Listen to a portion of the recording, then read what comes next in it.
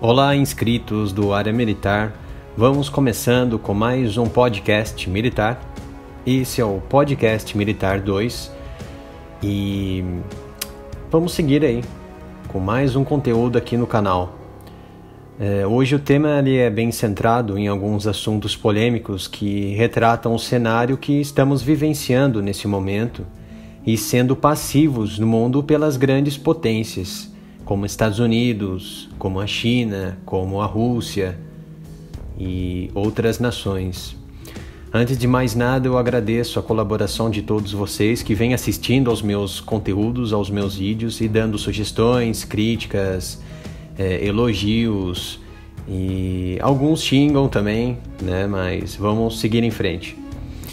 Em 2 de fevereiro, o presidente Donald Trump ele anunciou que os Estados Unidos encerrariam a sua participação no Tratado INF, que é um tratado que foi assinado em 1987 e que entrou em vigor em junho de 1988, como parte de um acordo entre Washington e Moscou, e que deu início a uma era de controle de armas, entre aspas, sem precedentes entre as duas superpotências, que seriam ali os Estados Unidos e a Rússia.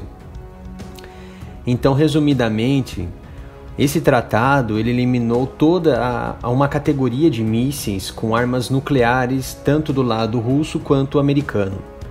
Então, isso incluiu todos os mísseis balísticos e de cruzeiros que são lançados do solo, com intervalos entre 500 e 5.500 quilômetros de alcance.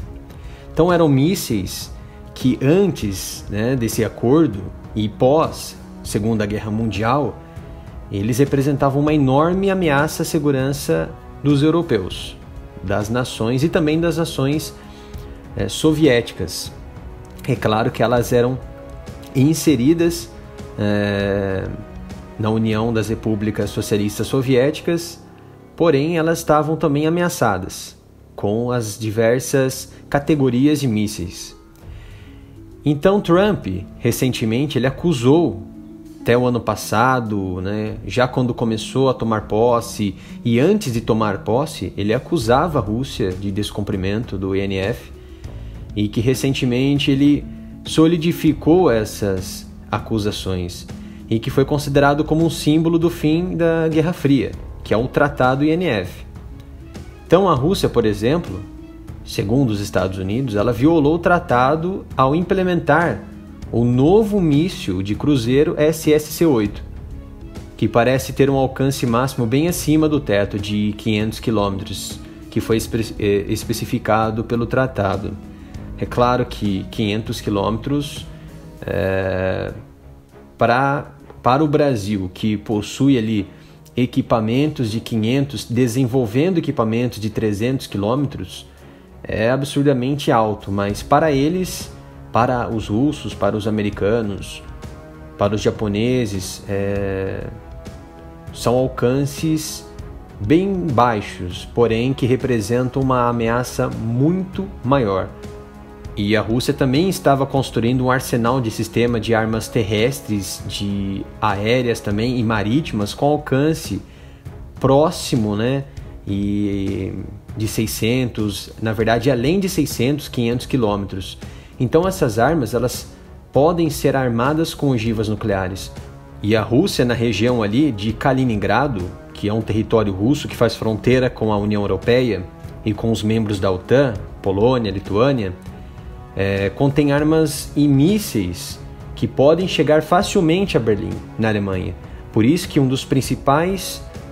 das principais nações que estão contestando esse acordo que foi violado pelos russos é a Alemanha. Então eu vou mostrar aqui para vocês algumas imagens que mostram a real situação que corresponde às preocupações dos europeus e dos americanos. Que nem nessa imagem, há uma representação de um sistema de defesa russo que tem um alcance de até 305 quilômetros. É imperativo que uma nação que tenha um sistema confortável como esse, mas nesse ponto do mapa está imerso em países da OTAN e ex-soviéticos, o que gera o quê? Um alarde e muita discussão. E ainda estamos falando de sistemas de defesa, certo? E agora, nessa imagem, veja bem a gravidade. A taxa de alcance é acima de 500 km. O teto do tratado ele é facilmente ultrapassado. E é um míssil com alcance compatível com o Iskander-M, que vultosamente vem sendo questionado pelos americanos e pelo secretário-geral da OTAN. Então a velocidade hipersônica desse Iskander chega a Mach 5 e dificulta principalmente as defesas antiaéreas, né? Vamos dizer assim, por toda a Europa, que é ordenada também pelos americanos. E agora nessa última imagem temos o Caliber, que ultrapassa facilmente os 1.500 quilômetros de alcance e que coloca a Europa, a Ásia em total estado de alerta. E a Rússia, claro, tem suas próprias acusações contra os americanos. Acusam-os de violar o tratado com instalações de lançamento de antimísseis na Romênia e em breve agora está se preparando na Polônia, e são instalações que os americanos podem usar como lançadores de mísseis de cruzeiro. Então, a Rússia ela também acusou Washington de implantar drones armados de longo alcance, mas que na verdade o drone, esses drones armados, eles não se enquadram na categoria de mísseis de cruzeiro. Então, são acusações um pouco menos sólidas, como dos americanos perante aos russos. Os europeus, especialmente a Alemanha, eles temem o fim do INF. É claro, para eles, mesmo não sendo parte do tratado, era considerado um elemento central da segurança europeia. Seria como uma vacinação em rebanho, por exemplo. Não diretamente está no acordo, mas é beneficiado por ele. Então a Polônia, os países bálticos e outros países da parte europeia temem que a Rússia ache mais fácil enfraquecer e dividir a OTAN, que é a Organização do Tratado Atlântico Norte. Então esse tem sido um dos objetivos de longo prazo de Moscou, o que sustenta a afirmação socialista lá na época de Stalin, de espalhar a revolução social pelo mundo, tornar o planeta ideologicamente socialista. Por isso que foi criada a OTAN, para barrar, né, essa expansão socialista na Europa. Foi criado diversas formas de investimento na Europa por parte dos americanos, enfim. Segundo o site Arms Control, estava pesquisando aqui, que até junho do ano passado, os Estados Unidos tinham cerca de 6.550 ogivas contra 6.850 ogivas da Rússia. Se você for ver, é uma superioridade russa ínfima, muito baixíssima, que não faz diferença alguma. Porque nessas ogivas a gente tem que descartar aquelas que estão com falhas, que estão apresentando desgaste, e é necessário um programa de extensão de vida, certo? Como os americanos já estão fazendo, que eu vou explicar mais à frente. Então, logo após o fim da Segunda Guerra, os Estados Unidos buscavam evitar que as armas nucleares se expandissem ainda mais, como possivelmente aconteceu. Então, os Estados Unidos e outros países de pensamento semelhante negociaram o Tratado de Não Proliferação Nuclear, que é o TNP, em 1968, e depois houve o Tratado de Proibição Completa de Testes Nucleares em 96. E mesmo assim, a Índia, Israel, o Paquistão, eles nunca assinaram o Tratado de Não Proliferação, e eles possuem arsenais nucleares. Tanto é que o Iraque ele iniciou um programa nuclear secreto com Saddam Hussein antes da Guerra do Golfo Pérsico em 91.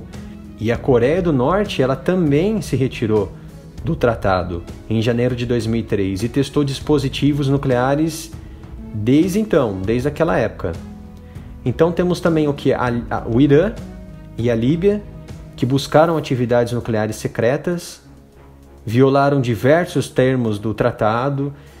E inclusive a Síria ela foi suspeita de estar desenvolvendo armas do tipo nuclear. Agora eu me pergunto, a saída dos Estados Unidos do acordo de 87 vai trazer uma nova era? de corrida armamentista e uma nova bipolaridade? Ora, essa nova era armamentista nunca será verdadeira aos moldes da Guerra Fria. Nunca será. Vejo muitas pessoas dizendo Guerra Fria 2.0, Nova Guerra Fria, Estados Unidos versus Rússia. São afirmações inconsistentes que esquecem as capacidades de nações aliadas e desalinhadas com as potências. Ao meu ver, daqui mais ou menos 6 meses, que foi o prazo dos Estados Unidos sair totalmente do tratado, e um período secretamente de intenso desenvolvimento de mísseis, ocorrerá o que eu chamo de multipolaridade. E o motivo único dessa multipolaridade é quem? Sim, é ela, a China, exatamente o asiático chinês. Eu poderia até ser cético em dizer que a China não é uma potência nuclear, nunca vai ser. Porém, a realidade ela é mais fria e multipolarizada. Apesar da China ter por volta de 300 ogivas nucleares, as constantes inovações e desenvolvimentos de projetos sobre mísseis unifuncional, vamos colocar assim, coloca a China em destaque. Recentemente eu noticiei aqui no canal as adaptações que não só a China, mas a Rússia também vem realizando com seus mísseis terrestres de alcance intermediário. E sabe por que isso? É a questão da multipolaridade, em que não apenas 2 nações detêm o poder de armas de destruição da humanidade. Quando você pega a China, mesmo ela possuindo de 300 a 280 ogivas e poucos mísseis nucleares, estamos falando de forças de dissuasão. Ao pé da letra, o desenvolvimento de mísseis, a busca da superioridade militar naval contra os Estados Unidos e a expansão do domínio sobre o Mar do Sul acarretam preocupações, não apenas aos americanos, certo? Mas a Índia, a Taiwan, um grande aliado comercial americano, e a própria OTAN, que diante da China parece não querer o quê? Discussões, não quer o quê? Entrar em debate com os chineses. Até algumas décadas atrás, seria difícil pensar que a China ela entraria em uma corrida armamentista diante da sua potência geopolítica e comercial na Ásia, no mundo. Realmente, podemos destacar a capacidade chinesa frente ao comércio estratégico intercontinental, não somente o asiático. Suas zonas econômicas batem de frente aos grandes centros comerciais, em especial o Japão, Estados Unidos. Mas o que parece que está em jogo é o de guerra, é o jogo de guerra, não da melhor economia, mas o de guerra. É interessante frisar que ambos andam juntos, a economia e o sistema bélico.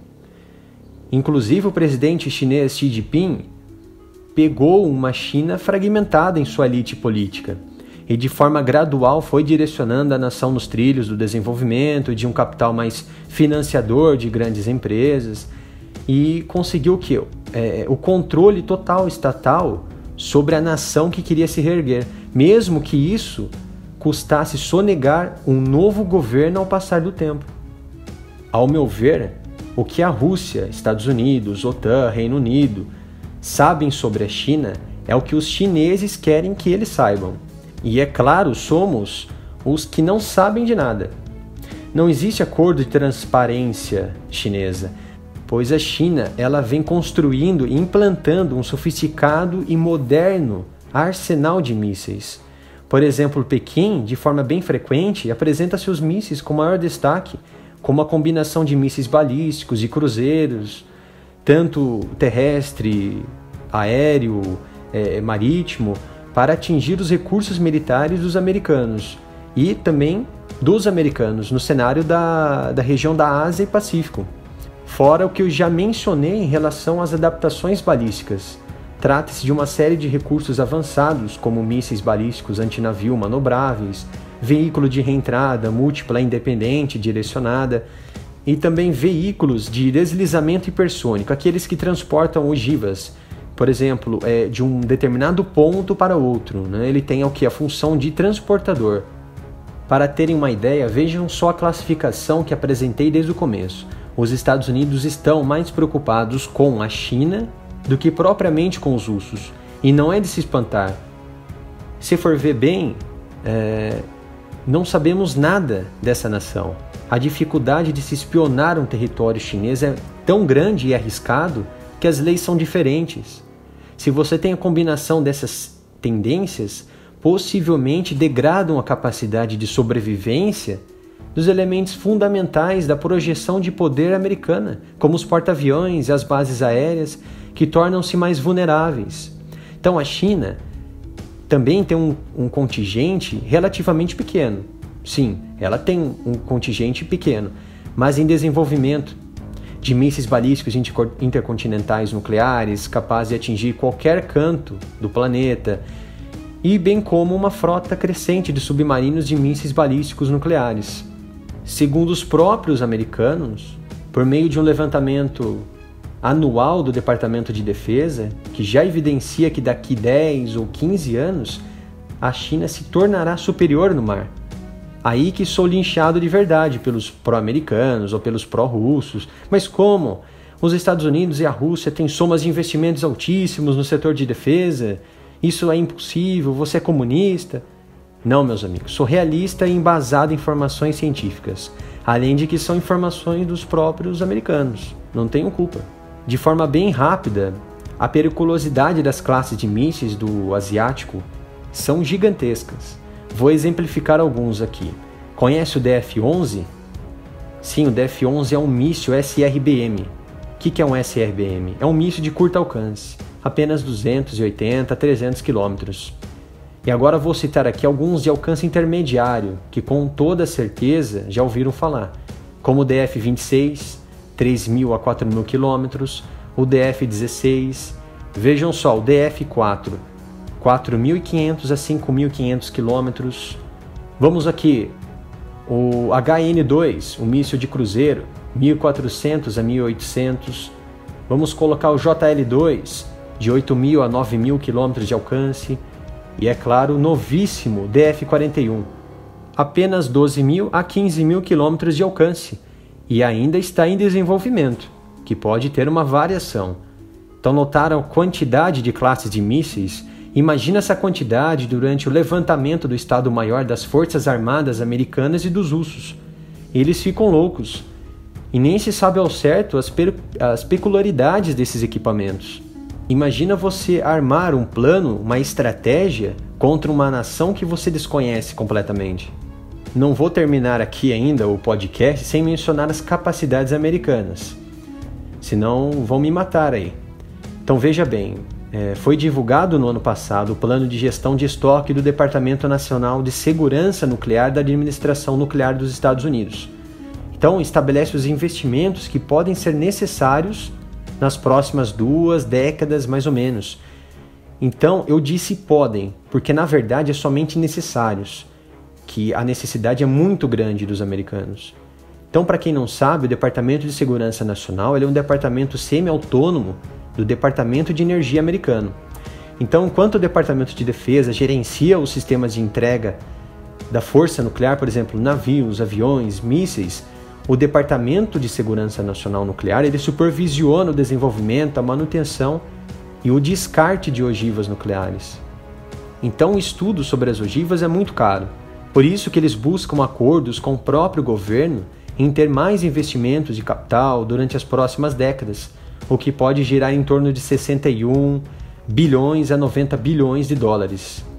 Então são investimentos que vão substituir quase que completamente o arsenal nuclear dos Estados Unidos, que estão desenvolvendo novos mísseis de cruzeiro, mísseis balísticos intercontinentais e aviões de bombardeio. Vejam essa imagem.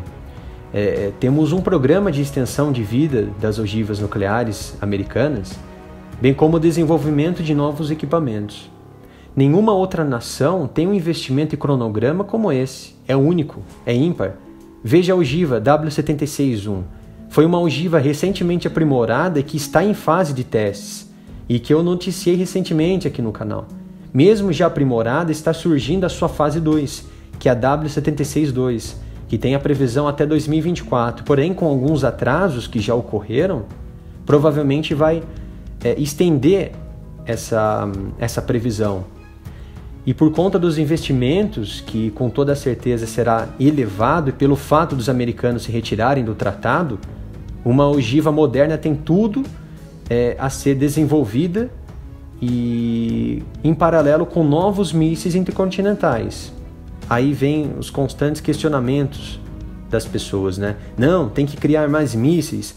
Como que vai criar mais mísseis se não tem ogivas modernas, se não tem ogivas preparadas para o uso? Então é necessário o quê? Criar ogivas, desenvolver ogivas e ao mesmo tempo desenvolver mísseis. Mais ou menos como a Coreia do Norte. Tem dezenas de mísseis, mas pouquíssimas ogivas. São elefantes brancos. Vão servir para nada. E os Estados Unidos lançaram um míssil balístico intercontinental, o Minuteman III, da base aérea de Vandenberg, já no comecinho da semana, dia 5 de fevereiro. Vejo muito canais militares dizendo que são retaliações não diretas, que são medidas americanas contra a China, a Rússia. Isso é sensacionalismo, é ridículo. São aparatos de segurança que a cada determinado prazo o Departamento de Defesa ele realiza esses testes. São simulações que visualizam o desempenho das variáveis, certo? E eles não gastariam milhões de dólares apenas para retalhar os ursos. Isso é impossível, não tem como. E ainda há o tempo de reposição e preparação de novos foguetes e novos mísseis, como que foi testado o Minuteman III. Por isso a necessidade americana de sair do tratado. É simples, senhores. Como os americanos vão adequar seus equipamentos de ataque e defesa se não podem ultrapassar as somas estritas do tratado? A Rússia pensa a mesma coisa. E sim, estão corretos. Não existe o livre mercado? Existe a livre concorrência bélica, horas. Então o mundo não vai ficar mais seguro com tratados, com acordos, com assinaturas, aperto de mãos e outras coisas fúteis. O mundo vai ficar mais seguro quando existirem forças opostas que se repelem, que se uma avançar, a outra vai estar lá acenando, ó, eu estou aqui, se você ultrapassar vai cair bomba, certo? Bem, respirando melhor, saindo um pouco dessa cena mais pesada, são questões bem inflamadas, questões bem complexas, e vamos agora tirar um pouco das dúvidas dos inscritos. Temos aqui uma dúvida do Alor Pinto. Fala sobre o pouso em porta-aviões. É por instrumento? Tem que eliminar peso? O trem de pouso suporta quantas aterrissagens? Bem, Alor, respondendo às suas perguntas fragmentadas, e sim, eu vou fazer um documentário sobre pouso em porta-aviões, que é um assunto bem complexo.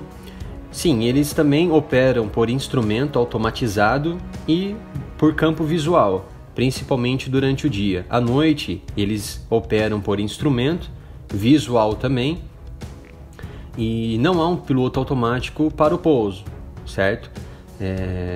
O porta-avião ele tem uma grande instabilidade, mesmo diante das operações de pouso, aterrissagem ou decolagem, que é onde que os comandantes dos porta-aviões eles mantêm um nivelamento para que não haja muitas oscilações.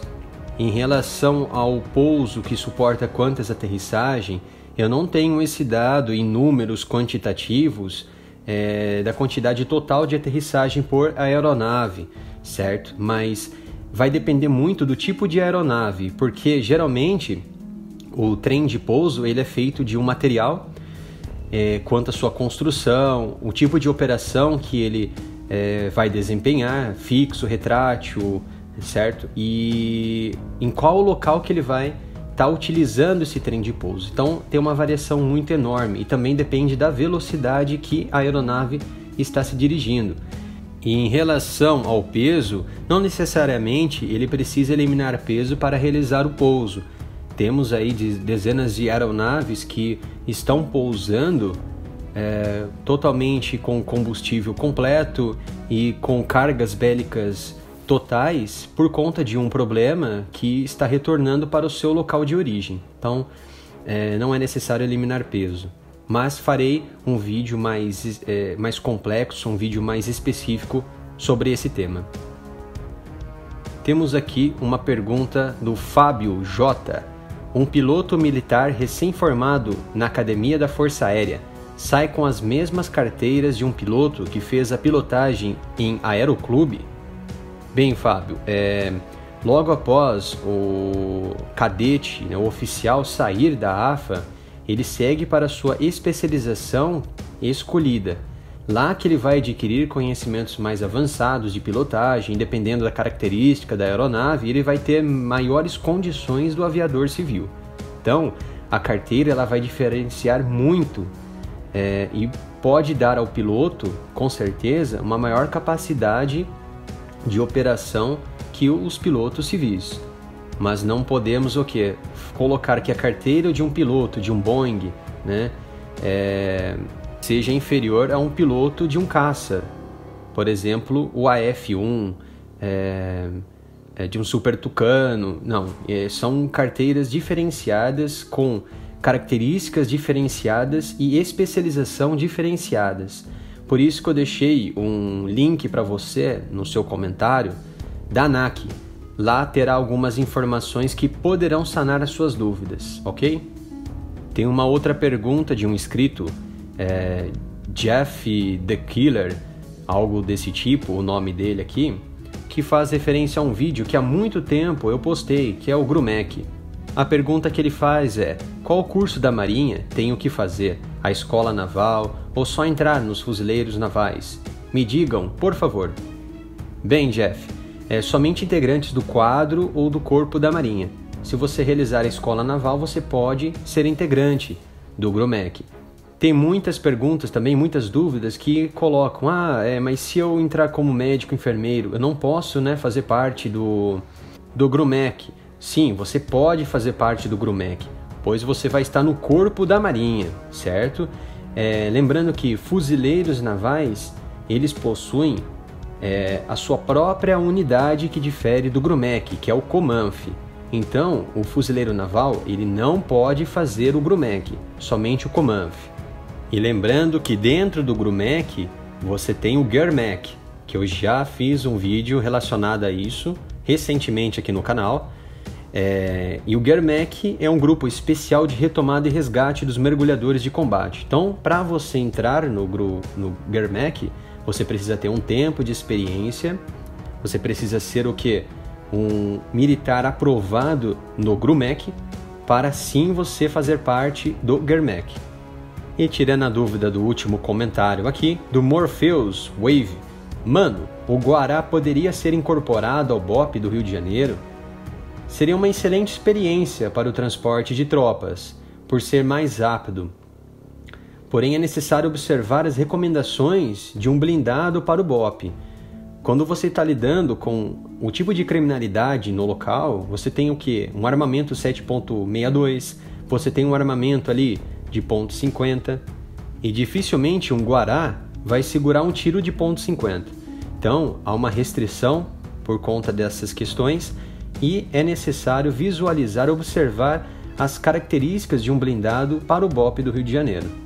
Essas foram algumas dúvidas que surgiram no canal durante a semana. Espero que vocês tenham gostado desse podcast. Não esqueçam de curtir e compartilhar com os seus amigos de batalha. E o que precisarem, estou à disposição aqui no canal. Grande abraço a todos.